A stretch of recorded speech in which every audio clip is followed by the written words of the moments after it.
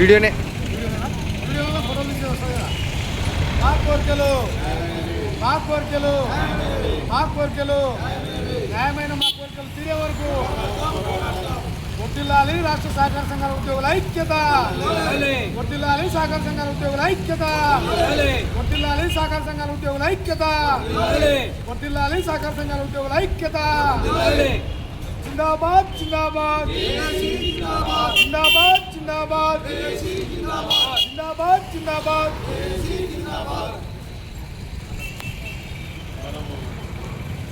December వారం చేశాము పోరాటము. ఎక్కడెక్కడ మన సొసైటీ దగ్గర, మన బ్రాంచ్ లెవెల్లో ఈసీఓ సార్ దగ్గర, హెడ్ ఆఫీస్ సిఇఓ సార్ గారి దగ్గర, మరియు విజయవాడ కర్ణాటక దగ్గర ఈ పోరాటాన్ని చేసాము.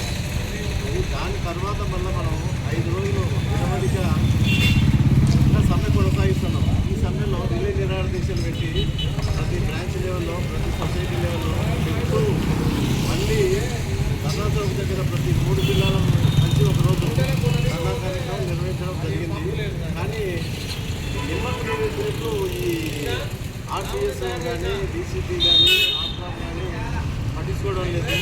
ఇది ఎలా ఉందంటే నలుగురిగా వర్షం పడితే నలుగురు ఫీలింగ్ ఉంటుంది. దానికి ఏముంటుందంటే వర్షం పడితే సరదాగా ఫీలింగ్ నెమ్మదిస్తుంది. కానీ అంతకంటే అధ్వానంగా తయారయ్యి మనల్ని టీచర్ కూడా పట్టించుకోకుండా దుర్మార్గమైనటువంటి ధోరణిలో వ్యవహరిస్తున్నారు. ఇది కరెక్ట్ పద్ధతి కాదని మేమల్లా చాలా అనుకుంటున్నాం, బాధపడుతున్నాము. కానీ బాధ అనేది ఎందుకు పడుతుందంటే ఉద్యమాన్ని తీవ్రం చేయడానికి ఎంత తీవ్రం చేస్తామంటే రేపు అవసరమైతే ఆమరణ నిరాదీక్ష కూడా వెనకాడము. ఇది నెల రోజులైనా ఇతనే నిరోధించి సమ్మె కొనసాగించడానికి మేము ఎటువంటి ఎన్నికలు చేయకుండా సాగించగలమని ఆలోచన చేస్తున్నాము. వాళ్ళేమో మా సొసైటీలో బాగుపడాలి, మేము మీకేమో సాయం చేస్తామని మాట్లాడతాము. మనం చెప్పేది అంటే వాళ్ళు ఫోన్ లోన్ చేయండి, డీజిల్ అమ్మండి, పెట్రోల్ అమ్మండి అని చెప్తారు. కానీ మన ఫోన్ లోన్ పెట్టి మనకు కావాల్సినటువంటి ఎక్విప్మెంట్ కానీ, తర్వాత మనం చేయాలనే బిజినెస్ కానీ వాళ్ళే అడ్డం వచ్చి మన బిజినెస్ చేస్తారు. వాడు బొమ్మరిలో వాడు చెప్తాడు, ఎవరు హీరో నా తండ్రి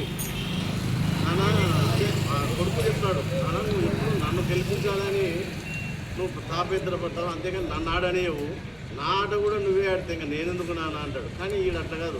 సరే తండ్రి ప్రేమ, ఏ ప్రేమ అంటే మా వాడిని గెలిపించాలని వాడాట కూడా ఈ తండ్రి ఆడతాడు. కానీ ఇక్కడ అట్లా లేదు. ఎస్సీ బ్యాంకులో మాకు అంటే మమ్మల్ని ఏమో బిజినెస్ చేయమంటారు, మాకంటే ముందు వాళ్ళే గోల్డ్ లోన్ ఇస్తారు. మాకంటే పెద్ద నీ గోల్డ్ లోన్ ఇస్తే నీ కాడికి వస్తారు, మా కాడికి వస్తారా? రాలేదు.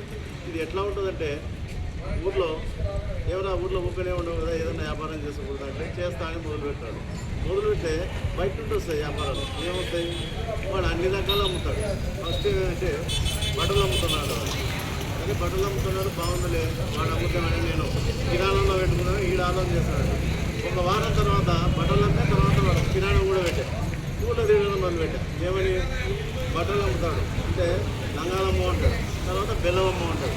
లంగాలమ్మ అంటే బెల్లం అమ్మితే నేనెందుకు కానీ వాళ్ళని అట్లా ఉంది ఈ పరిస్థితి. ఇది సరైన పద్ధతి కాదు. ఇప్పటికైనా మా ఆలోచనలు కానీ, మా కోరికలు కానీ మీకు తెలుసు. దీని మీద ఒక విషయమన్నా ఆడి వరకు చేరవేస్తే ఆయన బాగున్నాడు. ఆర్సీఎస్ బాబు ఆయన కాడికి తీసుకొని పోయి పరిష్కారం చేస్తే ఈ రోజు వరకు బాగానే ఉంది. కానీ నెక్స్ట్ మేము తీసుకుపోయే చర్య చాలా ఉధృతంగా ఉంటుంది. అంత దూరం లేకుండా మీరు ఏమైనా చేయగలుగుతారనేది ఆలోచన చేస్తూ మేమైతే నీ విరమించే ఎంత ప్రసక్తి లేదు, ఎంత దూరం అయినా తీసుకోవడానికి రెడీ పడుతుంది.